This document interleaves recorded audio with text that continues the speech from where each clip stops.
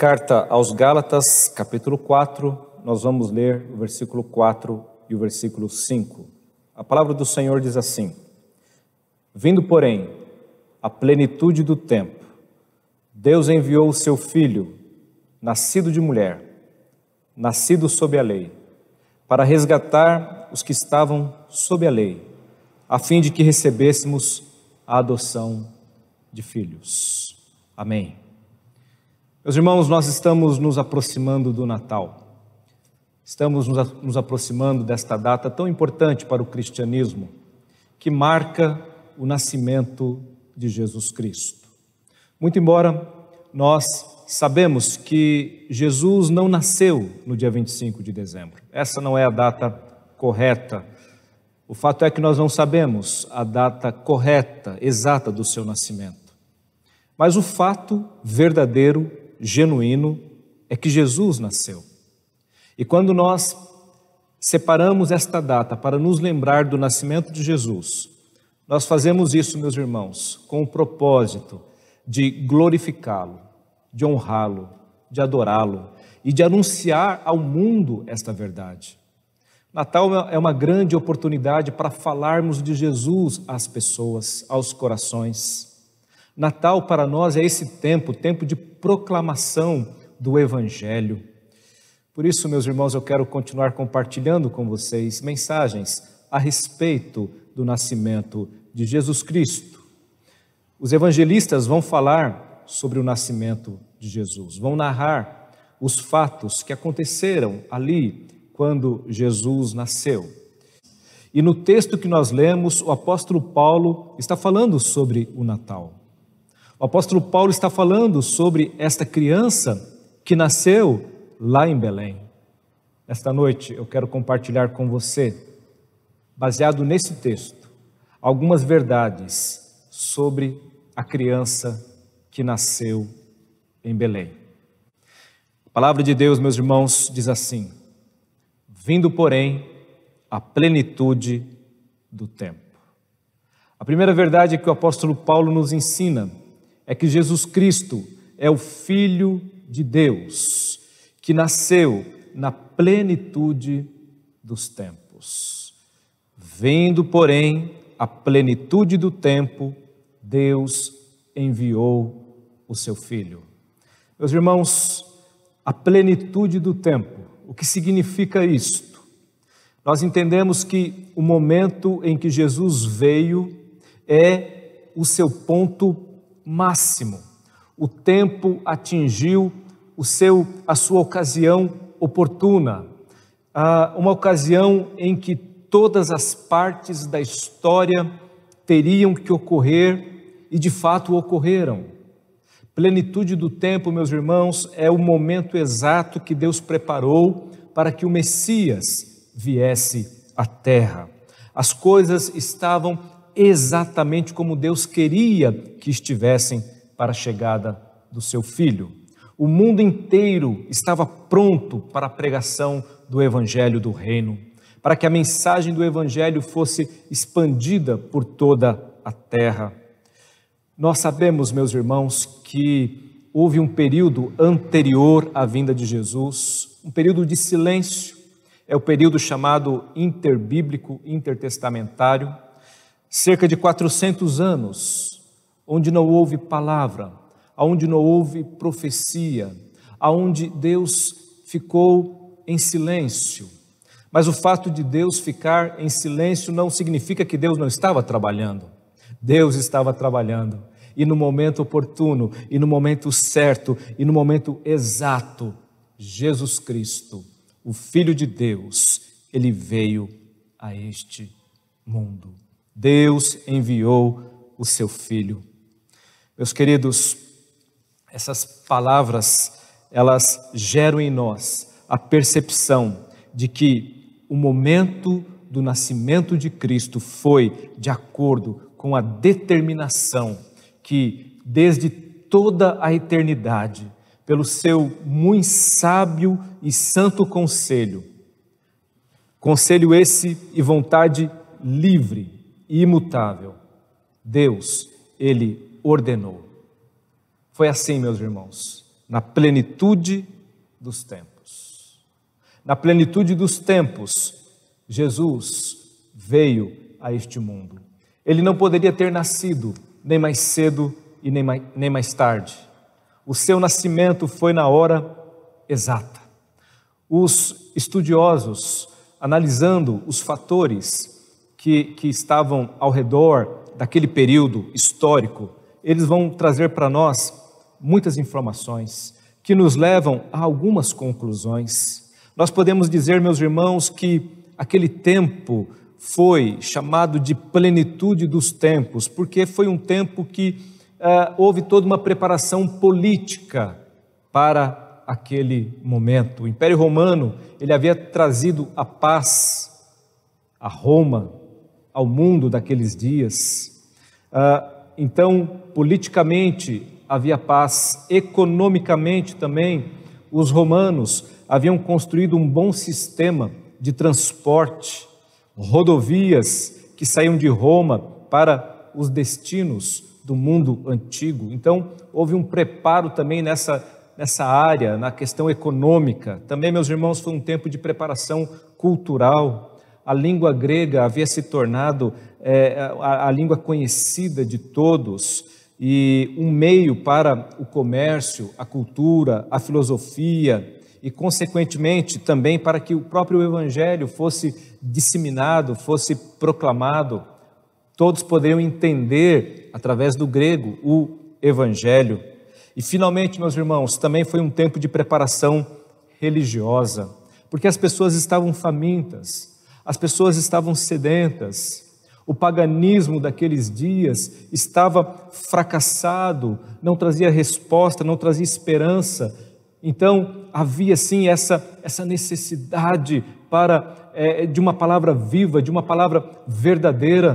Tanto que quando João Batista ele surge no deserto para falar a respeito do rei que está chegando, as multidões iam até ele no deserto, meus irmãos, algo impressionante.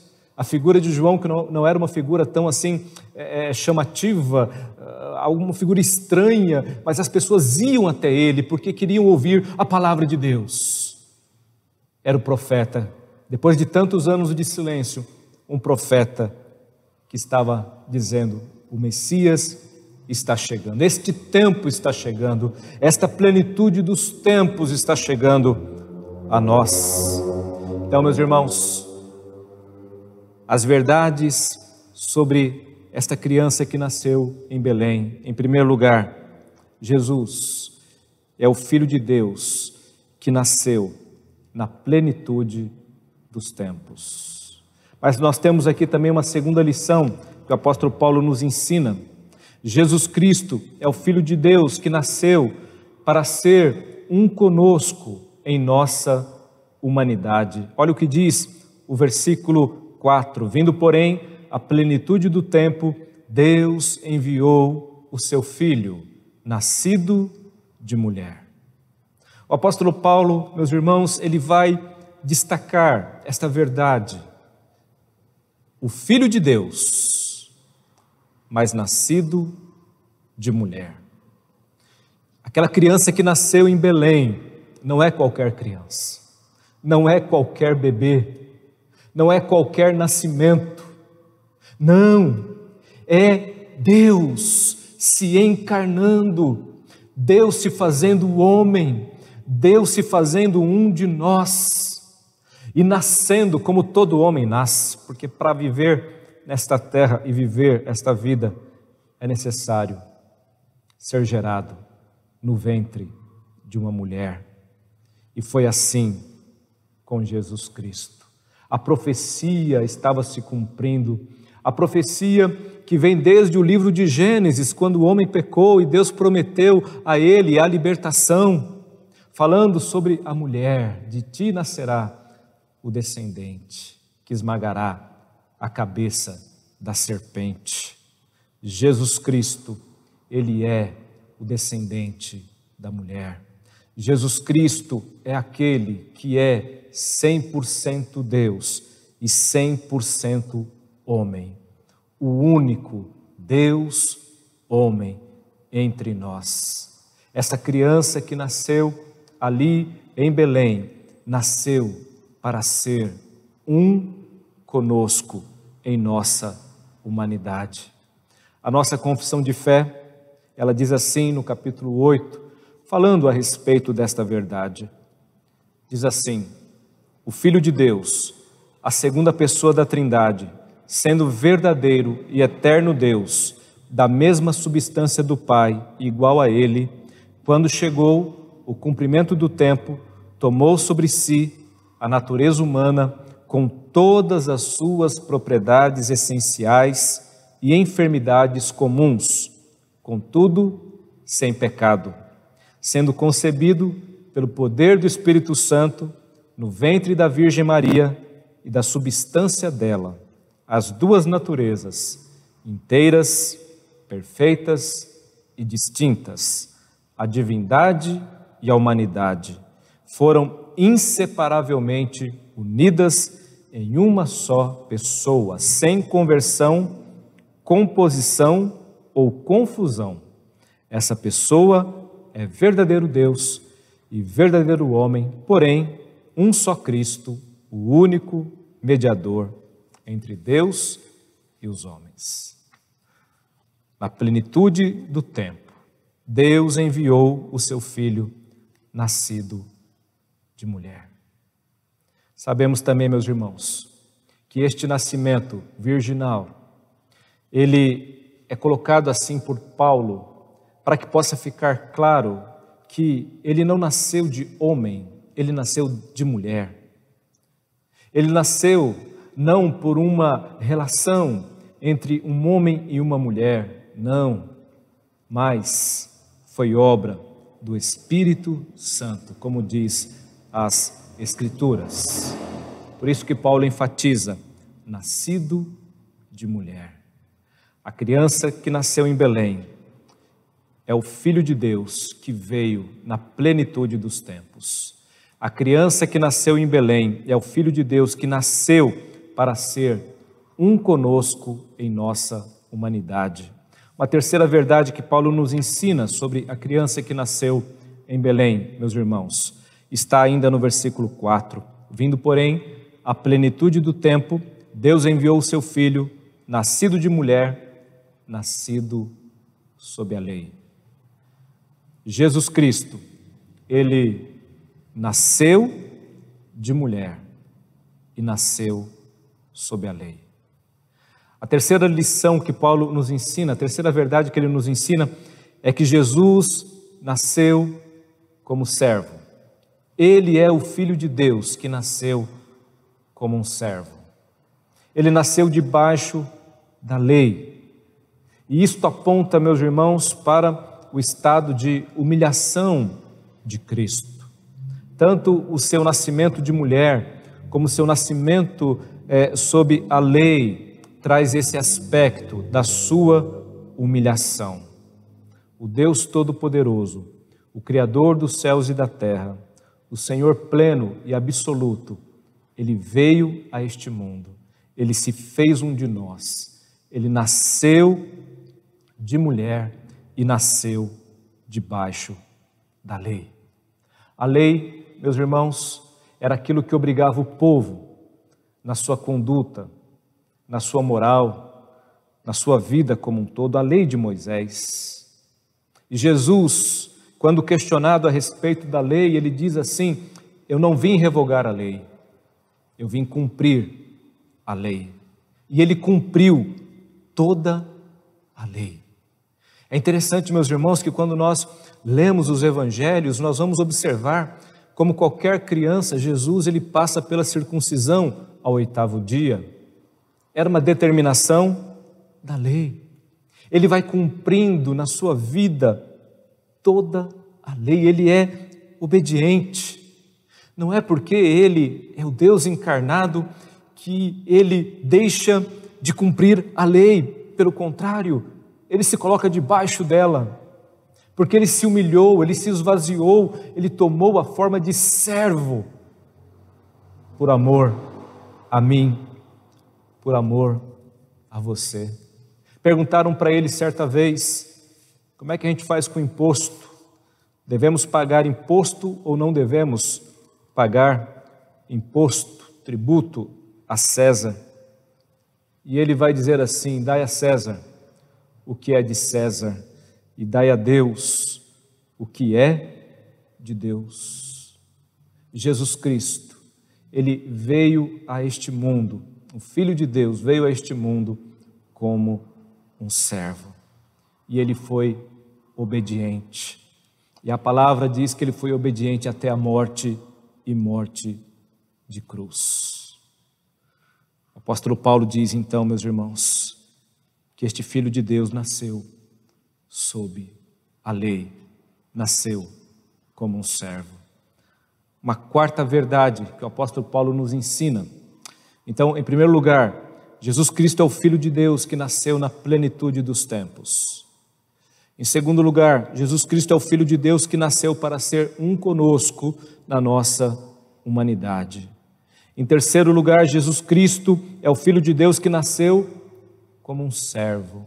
E em quarto lugar, Jesus Cristo é o Filho de Deus que nasceu para nos salvar.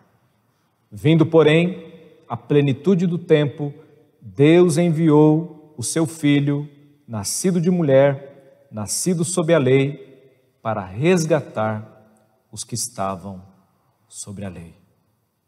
Essa palavra resgatar, ela é muito importante. Paulo está apontando aqui para o ministério de Cristo, aquilo que ele veio fazer, aquilo que o Filho de Deus veio fazer aqui nesta terra, porque ele se tornou um de nós, porque ele se encarnou, ele se fez homem para nos resgatar. A palavra resgate, ela tem um sentido de salvar, redimir, libertar da escravidão, e tudo isso mediante o pagamento de um preço. Se nós pensarmos no povo de Israel e na redenção de Israel, nós temos aqui um cenário muito propício, porque quando o povo foi liberto lá no passado, quando o povo saiu do Egito, um preço foi pago. Sempre houve um preço. Nós nos lembramos que quando o Senhor instituiu a Páscoa, que foi exatamente ali na saída do povo do Egito para o deserto em direção a Canaã, Deus estabeleceu ali, meus irmãos, a Páscoa, que tinha como fundamento ali, não é, a morte, era uma reunião, uma refeição, onde o cordeiro seria morto, onde o sangue seria derramado, onde aquele sangue seria colocado nos umbrais das portas, porque o anjo destruidor passaria, e na casa que tivesse o sangue, a casa não seria destruída, mas na casa que não tivesse o sangue, os primogênitos seriam mortos. A palavra de Deus, meus irmãos, aponta para Cristo. Cristo, ele é o Cordeiro de Deus. O Cordeiro teria que morrer. Aquele Cordeiro que foi morto ali na Páscoa, ele representava Jesus Cristo. Ele apontava para Cristo, era um símbolo do sacrifício que haveria de acontecer um dia. Era o Messias prometido lá no Velho Testamento, meus irmãos.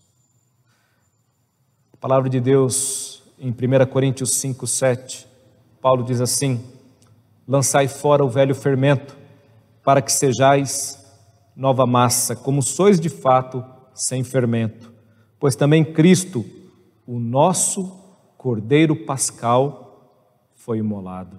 Paulo chama Cristo de o Cordeiro Pascal. Cristo é a nossa Páscoa. Ele cumpriu aquilo que o Velho Testamento apenas apontava, porque ele veio entregar a sua própria vida. Por isso ele é o Cordeiro de Deus. Ele entregou a sua própria vida na cruz, em nosso favor. E ali ele nos resgatou, ali ele nos comprou, ali ele nos redimiu. O apóstolo Paulo está ensinando isso para a igreja. Ele veio para resgatar os que estavam sob a lei. Pedro, escrevendo na sua carta, primeira carta de Pedro, capítulo 1, versículo 19, diz assim: sabendo que não foi mediante coisas corruptíveis, como prata ou ouro, que fostes resgatados do vosso fútil procedimento que vossos pais vos legaram, mas pelo precioso sangue, como de cordeiro, sem defeito e sem mácula, o sangue de Cristo. Foi pelo sangue de Cristo que nós fomos comprados. O Senhor nos comprou, nos resgatou, nos redimiu. As nossas dívidas eram muitas. A palavra de Deus diz que o salário do pecado é a morte. Todos nós estávamos condenados a morrer por conta do nosso pecado, mas o Senhor pagou as nossas dívidas ali na cruz. Ele veio para nos resgatar. Nós jamais cumpriríamos a lei perfeitamente, porque não conseguiríamos, por sermos pecadores e imperfeitos, mas Ele cumpriu toda a lei em nosso lugar, e Ele se entregou em nosso lugar, ali na cruz do Calvário, cumprindo assim toda a justiça de Deus, cumprindo assim o plano eterno da redenção. Portanto, meus irmãos, nós já aprendemos nesta noite que aquela criança que nasceu em Belém é o Filho de Deus, que nasceu na plenitude dos tempos. Aquela criança que nasceu em Belém é o Filho de Deus, que nasceu para ser um conosco. Aquela criança é o Filho de Deus, que nasceu como um servo. Aquela criança é o Filho de Deus, que nasceu para nos salvar. E por último, e a última lição que nós temos aqui neste texto, meus irmãos, é que Jesus Cristo é o Filho de Deus que nasceu para nos fazer herdeiros de Deus. O texto diz assim, terminando: para resgatar os que estavam sob a lei, a fim de que recebêssemos a adoção de filhos. Jesus Cristo é o Filho de Deus que nasceu para que pudéssemos um dia receber esta herança nas nossas vidas. Que verdade maravilhosa! Nós não éramos filhos. Qual era a nossa condição? Paulo, escrevendo aos Efésios, no capítulo 2, versículo 1 a 3, ele diz assim: Ele vos deu vida, estando vós mortos nos vossos delitos e pecados, nos quais andastes outrora, segundo o curso deste mundo, segundo o príncipe da potestade do ar, e do espírito que agora atua nos filhos da desobediência, entre os quais também nós andamos outrora, segundo as inclinações da carne, fazendo a vontade da carne e dos pensamentos, e éramos, por natureza, filhos da ira, como também os demais. Nós não éramos filhos de Deus, nós éramos filhos da ira, por natureza, filhos da desobediência. Queridos, qual que é a força dessa palavra, dessa expressão? A adoção era definida naqueles dias pelo direito romano e era algo amplamente praticado na vida das pessoas naquele tempo. Imperadores romanos haviam adotado homens não relacionados a eles por laços sanguíneos, para poderem dar a estes homens o seu título e a sua autoridade.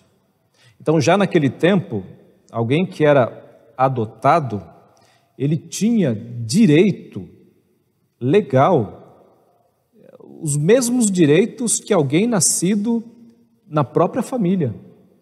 A pessoa adotada, ao entrar na família por adoção, ela tinha todos os direitos de filho. O filho adotivo tinha o mesmo nome, a mesma herança e a mesma posição e os mesmos direitos que os filhos natos. Por isso, meus irmãos, que quando Paulo ele diz aqui, a fim de que recebêssemos a adoção de filhos, ele está falando sobre algo tremendo, sobre algo precioso.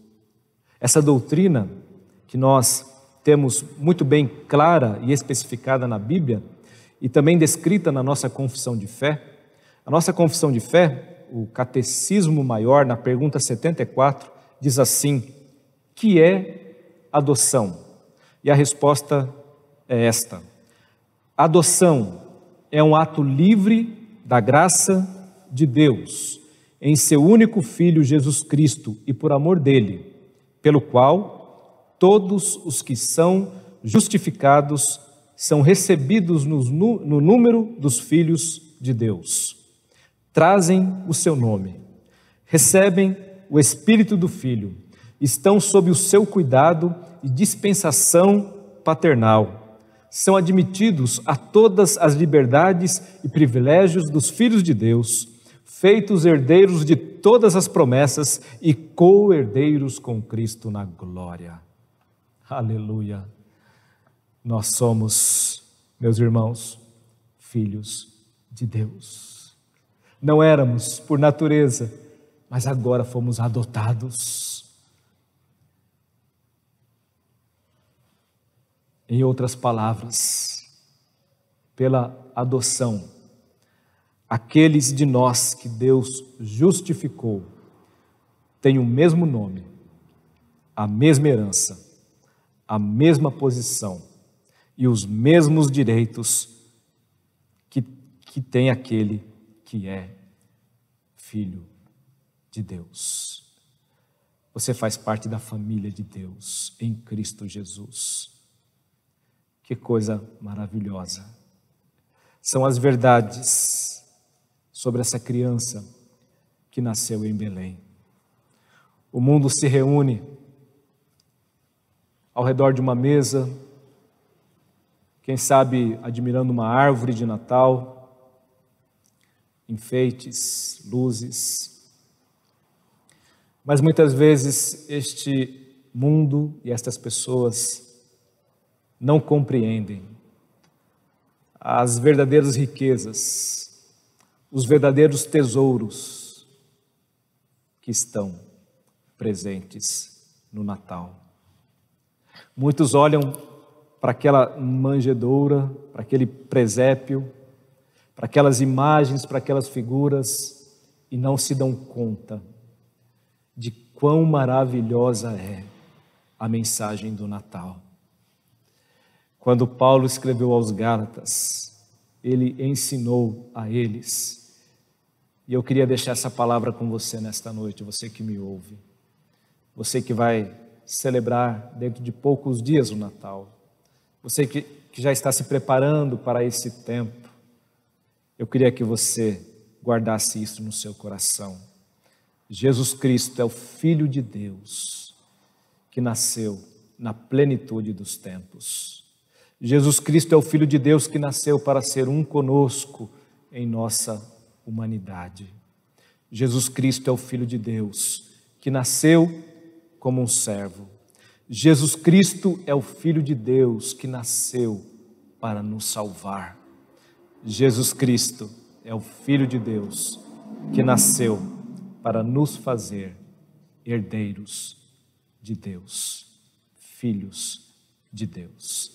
Que Deus te abençoe e que essa palavra sirva de conforto, de alegria ao teu coração e que você possa dividi-la com outras pessoas neste tempo, em nome de Jesus. Vamos orar. Te louvamos, Senhor, pela tua palavra que nos enche de alegria, de conforto, por saber, Pai, que o Senhor nos amou e enviou o teu Filho a este mundo. Obrigado, Deus, por sabermos que Jesus nasceu em Belém, que Jesus, ali Deus se encarnou para cumprir o plano eterno da redenção, viveu entre nós, morreu naquela cruz, pagou os nossos pecados, alcançou a nossa redenção e hoje nós temos, Pai, a condição, o direito de dizermos que somos filhos do Senhor.